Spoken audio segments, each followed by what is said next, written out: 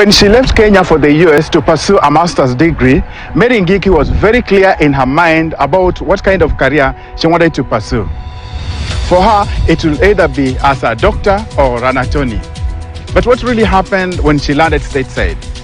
Coming up, Mary explains why her dreams of becoming either a doctor or a lawyer fell by the wayside, and how she found her career fulfillment in photography.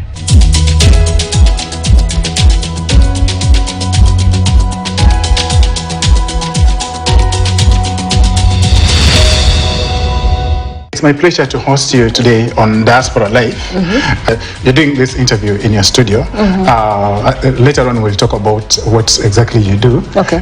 But before we do that, today we are talking about finding a career path when you come to America. Over time we've realized there's some finely contained tensions between the parents and the kids. At some point we'll talk about especially the parents like me who are raising kids from here. But today we are talking about parents back at home. And I'm asking you this because recently a parent called me and told me, I spent a lot of money, I sold my piece of land and took my son to America to study. But after 10 years he came back with a DJing, and he doesn't believe that's a degree. So are you surprised? How common is that, before we even talk about your own diaspora story? Yeah, that's very common, obviously. The immigrant story, the diaspora story of coming, and parents have an expectation that you should go back as a doctor, you know, or a lawyer, or one of those big careers that everybody knows about. And I think that's the biggest challenge that we have when you come here to the diaspora, to like create your own path. Because I believe your blessing is in whatever God has given you, and you can find it. But sometimes you're having to balance between what your parents did for you and what they had to even probably give up for you to, to come abroad and have to do something, and for you to be able to make enough money to also send some back home, you know? And that's very common. Yeah, I've seen that a lot. It's nothing new. It's a story that most people, especially those of us who came earlier back in the days, that's our story. Like, you have to just come to America, go do one of those degrees that the parents approve of, and then find a good job, and then send money back home. So what's your diaspora story? When did you come to America and why? Okay, so my diaspora story. I came to America in 2004.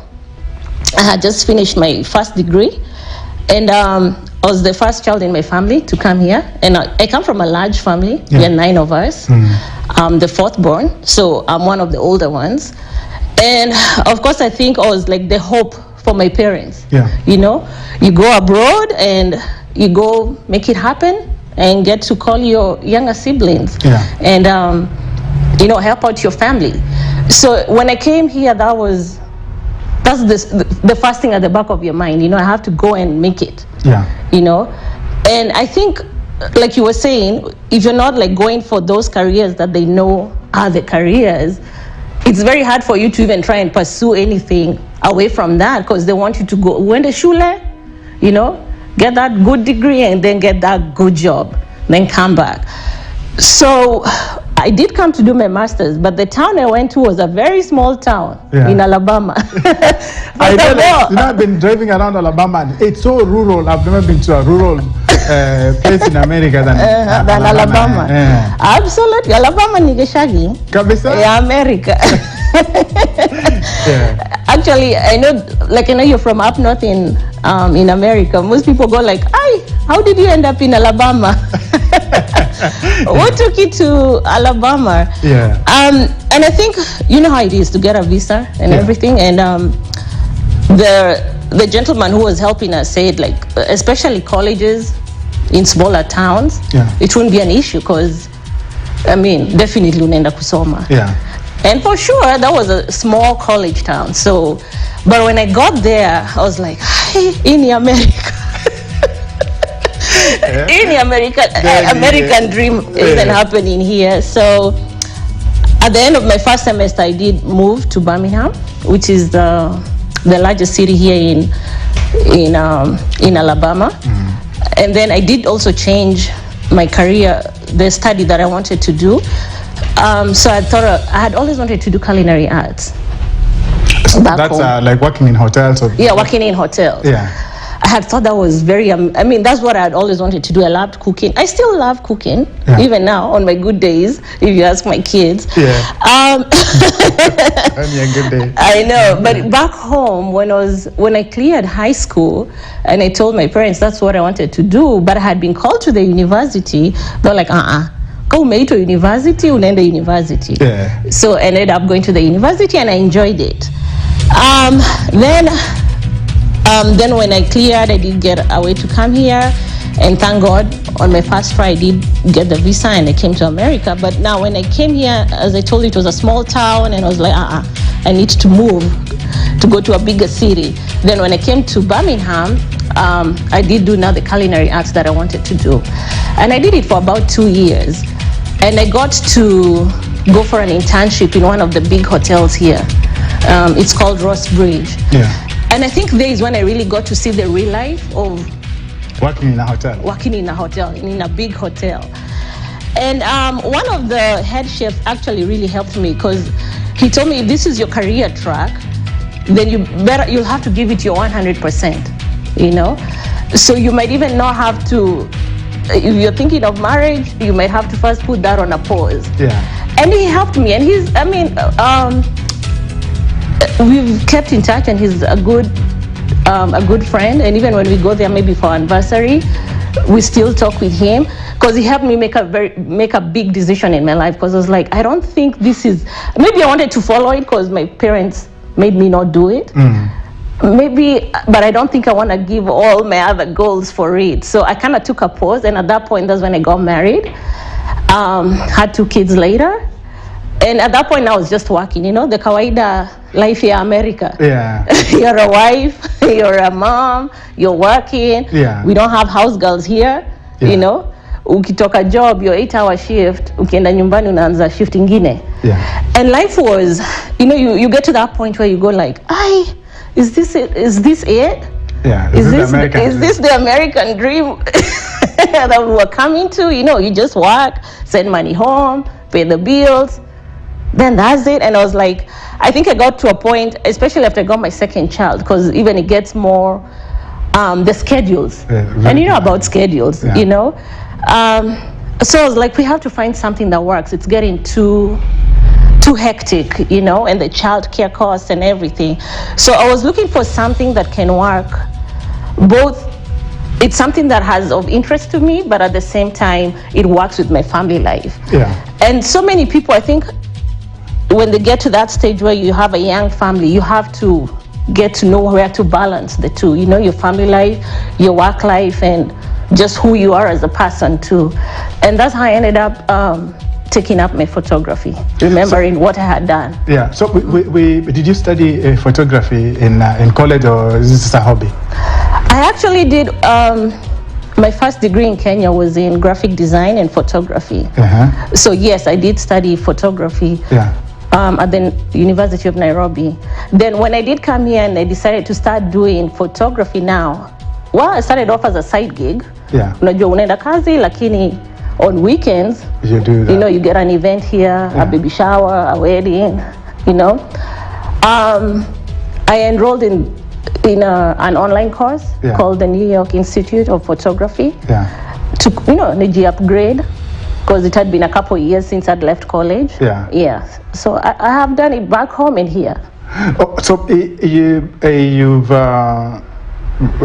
live this, at least there's substantial Kenyan community in this area. But are we in Birmingham or Montgomery?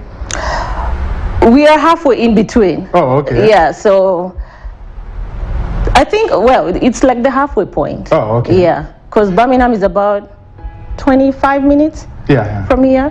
And Montgomery, well, from here where we are right now, it's about another 30 minutes. Okay, so we talk briefly about exactly what you do. What's your good day look like? What does it look like? My good day. So my good day, like I said, okay, so I'm a portrait photographer, and I do focus on families and kids. But I do events too. I do weddings, baby showers, birthdays, graduations. But on a good day, so for my studio, I'm not a walk-up studio. I'm by appointment. So usually somebody does have to call, and then we make the appointment. Yeah. And then they'll come in, and a regular session lasts about 1 hour to 2.5 hours. Yeah. And then the client will get their images after like a week. And then depending on the products that they'll buy after that, and I'll probably get to show you later, then they'll get them a week after that. Okay. So over time, which areas are people more interested in? Events or just portraits? I love portraits, by the way. Okay, here's the thing. Like my journey now for my business, maybe so I can go back a little bit and show you what my journey has been. So when I started that, I do want to start doing it. I started doing it more of just a side gig, you know? Bado unaenda kazi ingine, alafu weekend unatafuta job here and there. But in 2018 is when I actually told my husband, I think it only makes sense seeing where the business is going. I'm not being able to give it my good focus. For it to even, it was having a return, but not as good because I'm not focused on it. And 2018 is when we decided I'll do it full time. And at that point, I had noticed, yes, I was doing events, I was doing families, I was doing a little bit of everything, and it was getting too exhausting. And when I sat down, actually, if I can say, like, 2018 is when I decided I'm going to do it full time. Then 2019, at that point, I was busy and I was feeling like I need to get a space where I can be able to focus on this, professionally, properly. Thank God, maybe we didn't get the studio in 2019 because then early 2020 is when COVID hit. And I remember the beginning of 2020. How did you emerge out of COVID-19? So COVID-19, I mean, that time, yes, it was a really scary time for everybody. And all businesses suffered. I don't think all, because some businesses, I think that was their busiest time. The online businesses. The online businesses and transport. Because like my husband is in logistics, and I think that was his busiest time. Which was a blessing because thank God we still knew we had a roof over our heads, you know. So that was a blessing too, because we didn't have to worry about, if all businesses were shut down, tutakula nini. But for me personally, I think the biggest blessing was, yes, it did give me time to pause, but also out of the COVID time, I think one thing that I realized that has been such a benefit, people got to realize the value of memories. Because people lost their loved ones at that time. And even as a community here in Birmingham, we lost quite a couple of people here. And I remember some of the phone calls I would get were, Mary, uko na picha ya so-and-so. We need a picture for the memorial. We need a picture for, because you remember everything went online. And even memorials were online, Zoom. And people needed pictures. And that's when people started looking for photos of their loved ones. And yes, you do have the ones on your phone, but sometimes you don't have a nice one that you can use. You know, you have the picture ya kuweka pale mbele. And people started valuing the photography, good portraits. And out of COVID, I think most families started really wanting to make sure they have good portraits of their families and of their family members. So that was one very big advantage or a blessing out of it, The other one was the real estate. Like I told you there before, I had started thinking of opening up a studio. And after COVID hit, there was a lot of real estate for businesses that had closed down that was available. and people didn't know how long COVID was going to be. Yeah. So there were very many businesses, people were afraid to open back up. And I think that's how I got such a nice space in a very good location. Like if you could see outside, we are outside a very busy highway. Yeah. And so many people, when they come here, they ask me, "Hi Mary, how did you get such a nice space?" You know? And I got it at a very good price too. And I think that was one of the blessings out of COVID. You know, so sometimes out of chaos, some blessings can come out right there out of it. And that's how I got to survive and got to even get a good space to open up the studio. So we are barely, I'm sure you know, you've not existed so much, but how is the business now? It's wonderful. It's wonderful. Like last year was the first year that I opened at the end of 2020. I got the studio November 2020. Yeah. Towards the end of it. And 2021 is when I've been opened like a whole year in the studio. But I've been doing photography, I mean, all the way through. Like I told you, I was doing it as a side gig. Yeah. But now full time, I started in 2018, but the studio 2021 has been my first full year. Especially like the holiday season that just passed, I was swamped. Yeah. With clients, just busy. Watu walikuwa nasema, people say January kuna konga kumekauka, hakukuwa kumekauka huku. Yeah, it was busy. People are appreciating it. Like there's something I hear people used to say like, "Ay Mary, sasa na kila mtu siku hizi anakuanga na picha." I mean, you know, you have the camera on your phone. Yeah. Yeah, you do, but you still wanna have a nice, properly posed photo that you can hang in your house. Professionally done, yes. Professionally done. And people have started now really appreciating that more. And I think like for the Kenyan community now, they're really appreciating it, having somebody who they're comfortable with, someone they have known. To hata waharakisha, like that's one of the things my clients say. You know, one thing I love going to Mary's is because she'll take the time to make you comfortable, you know, walk you through, because that's how I do. Especially, like I told you, I'm not a walk-up studio. People have to book an appointment to come here. Yeah. And my process is that once you give me that phone call, like, hey, I want to book an appointment, then I'll walk you through from the day you make the phone call to your appointment time. Okay, what should you wear? You know, what would look good for you on the photos? And then when you come here, I'm not trying to rush you 15 minutes at the next client. No, yeah. I want to give you your nice 1 hour to 2 hours, and your family gets to relax, you know. One of the things people say is it's very hard to get their husbands to come do a photo shoot. Yeah. But men like photo shoots too, but they don't like kuharakisha or to be made like to feel awkward, you know. Yeah. So when I take the time to make them relax, afterwards they're like, yeah, actually that was good, I really liked it. And they really like their photos, especially the men. I want to paint a picture yao sana. They're like, hey, you nataka ikuwe kubwa. Very good. Yeah. So Mary, let's before we see some of your work, let's go back to where we started, and that's talking about choosing career. For the young people watching you right now, what would you say are the most important things that they need to consider when choosing career? I would say, one, go for that thing that you know you are naturally good at. And we're all blessed in different things. And we all can't be doctors, we all can't be lawyers. So, but if you just sit down, first of all, with yourself and be very honest with yourself. If you're good with sciences, do look for a career in the science field, right? If you're good in arts, then go look for something that's in the arts field. And there's enough for everybody in the whole world, honestly. And I think, especially for immigrant parents, because I am one too now, yeah. And I mean, raised back home in Africa, I think we need to start really nurturing our kids in their gifts, in whatever they are good at, and then figure that out and direct them in that.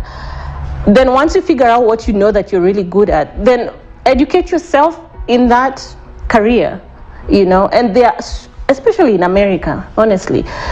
And the reason people like coming here, yeah, it's a land of opportunity, but you do have to find what you're good at and then educate yourself in that and go for it. Lastly, for those young people in Kenya watching you right now, and they also have plans to come to America to look for their American dream. Yeah. What will you tell? What's your advice? To the land of milk and honey. Yep. One, I would say, going back to first discover who you are and what you're really good at, and then research on that, you know. So if, for example, you know you're good in sciences, or you'd want to become a doctor or even a lawyer, that most parents want you to do, first do a good research on that and see, is that something that I would really want to do? What is the career path for you to even get to there? Don't just do it because your mom or your dad told you, you know. Once you've discovered what it is, then now look at the colleges that could, you know, where you could go. But of course, the biggest thing is believe in yourself first. If that's what you want to do, then fight for yourself to go do that. And don't give up. Nothing comes easy. Yeah. Me getting to this point was not an overnight, you know.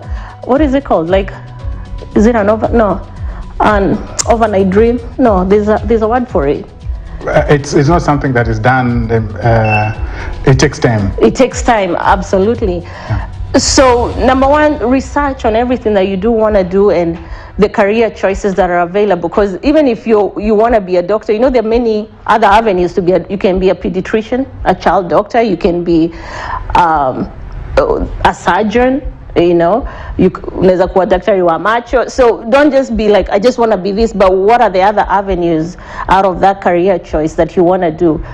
But I would also want to speak especially to the people who are interested in artistic fields, because like I'm in one.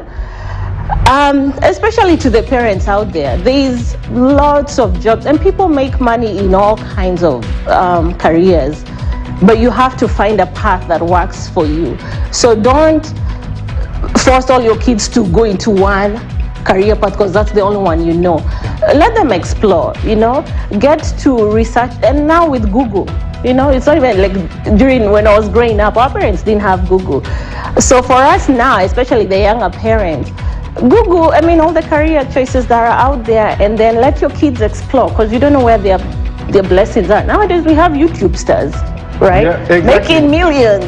Yep. Yeah. And just know, I never really gave Mr. John Wanjao a full answer to his question about his son coming back as a DJ after 10 years. What I'll say is that